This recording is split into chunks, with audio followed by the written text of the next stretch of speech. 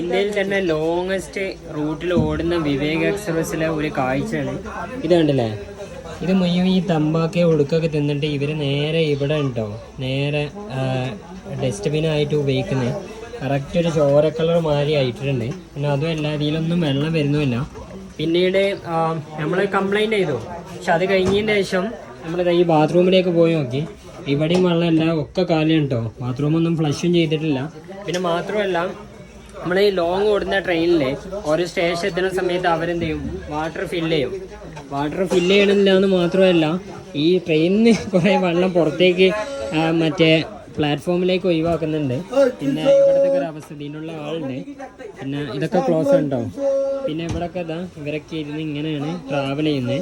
പിന്നെ മെയിൻ കാര്യം എന്ന് വെച്ച് കഴിഞ്ഞാൽ, ഇത് വെസ്റ്റ് ബംഗാൾ, ബീഹാർ, പിന്നെ അതേപോലെ തന്നെ ആസാമൊക്കെ ടച്ച് ചെയ്ത് പോകുന്നതുകൊണ്ട് തന്നെ ഒരുപാട് ആളുകളെ ജനറലിൽ നിന്ന് നേരെ മാറിയിട്ട് സ്ലീപ്പറിലേക്ക് കയറും.